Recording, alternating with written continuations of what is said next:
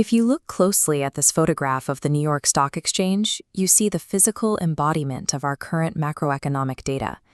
The top-line numbers tell a story of total economic victory. Gross domestic product is growing, unemployment remains remarkably low, and major corporations are routinely breaking their own earnings records. But those macroeconomic indicators don't pay the bills. If you close the trading apps and look at the actual checking accounts of the vast majority of Americans, a massive contradiction emerges.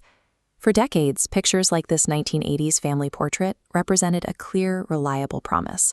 The math was simple. If you went to school or learned to trade, worked your 40 hours a week, and kept your debt in check, you secured a stable middle-class existence. You could buy a house, raise children, and save for the future.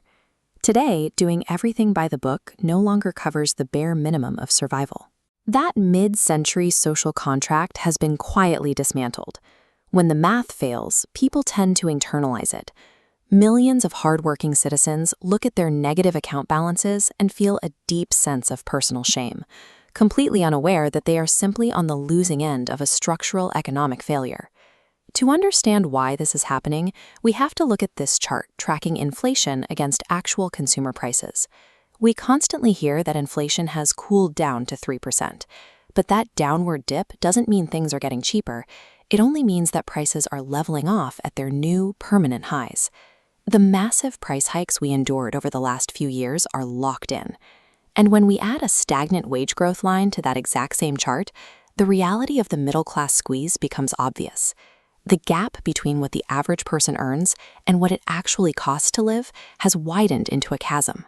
This gap has completely shattered the first major pillar of middle-class stability, shelter.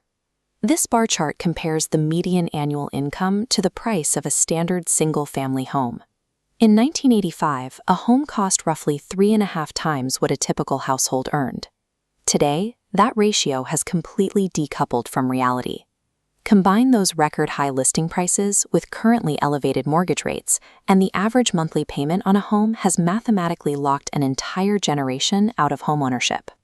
With buying a mathematical impossibility, millions of prospective homeowners are forced to remain indefinitely in the rental market. That overflow of locked-out buyers has created a competitive environment where landlords hold all the leverage.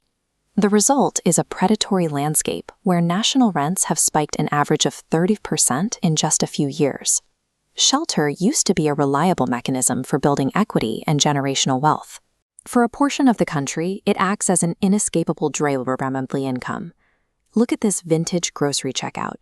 It represents a time when sustenance, the second pillar of a stable life, was easily absorbed by a standard paycheck. Today, broad government consumer data tries to smooth out the numbers, but anyone pushing a physical shopping cart is experiencing severe, acute shock. Everyday staples across the board have seen severe price hikes. Items like baby formula, dairy, and bread are up anywhere from 25 to 40%. Families aren't draining their accounts buying luxury items or premium steaks.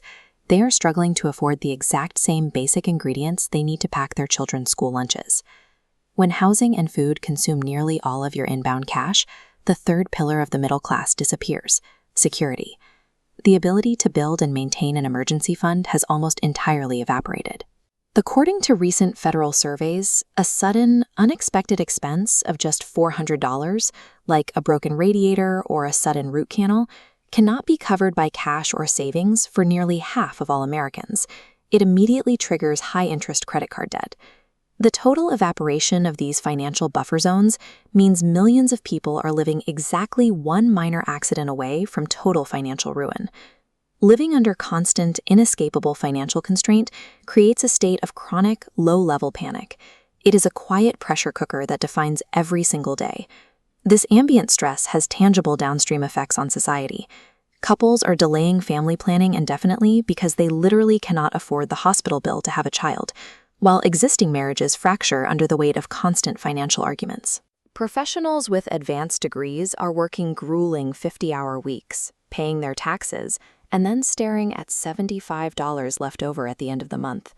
They are doing the hard work and carrying the deep internalized shame of failing to meet the basic baseline of adult independence. When a system demands constant labor but mathematically refuses to provide stability in return, that shame eventually mutates into a deep, structural, and entirely justified resentment.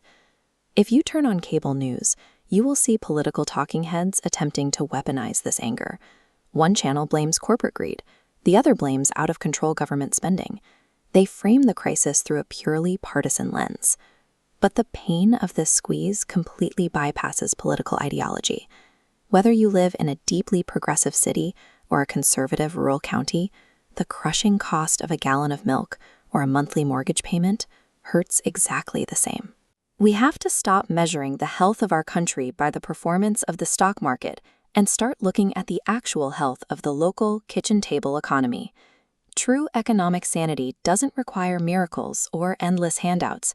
It simply requires a return to a mathematical baseline where an honest day's labor actually pays for an honest day's life.